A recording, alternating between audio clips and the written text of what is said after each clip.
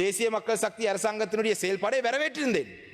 ஆனால் இன்று காலையிலே பார்த்தால் அமைச்சர் அவர்களும் இந்த இனவாதிகளுடைய கருத்துகளுக்கு பயப்பட்டு, இல்லை இந்த சிலையை பாதுகாக்கிறதுக்காகத்தான் நாங்கள் வெளியிலே எடுத்து சென்றோம், சிலை வைத்ததுக்கு பிழை இல்லை என்று சொன்னார். ஆனால் அந்த காணொலிகளை பார்த்தால் அதை பாதுகாக்கிறதுக்கு எடுத்துட்டு போன மாதிரி தெரியவில்லை, அதை அகற்றினதுதான். ஆனால் அதிலே இன்னொரு விடயத்தை சொன்னார், சிலைக்கு பாதுகாப்பு இல்லாதபடியினால்தான் நாங்கள் அதை அகற்றினோம் என்று சொன்னார். நான் கௌரவ அமைச்சர் அவர்கள் இந்த இடத்துல சபையிலே இல்லை, பிரதி அமைச்சர் இருக்கின்றார். நான் அமைச்சருடைய அந்த கருத்தை வன்மையாக கண்டிக்கின்றேன்.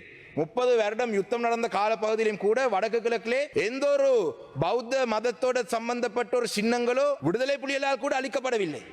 அப்ப தமிழ் மக்கள் இந்த இரவோடு இரவாக போய் சிலைகளை உடைக்கிற மக்கள் அல்ல. அதை செய்கிற அதை எக்காரணத்தை கொண்டும் இன்னொரு மதத்தினுடைய அடையாளங்களை சட்டவிரோதமாக இருக்கிறதை நாங்கள் எதிர்த்தாலும் கூட நாங்கள் அப்படி வன்முறையில் ஈடுபட்டு ஒரு சிலையை உடைக்கிற அளவுக்கு கேவலமான இனம் தமிழ் இனம் அல்ல.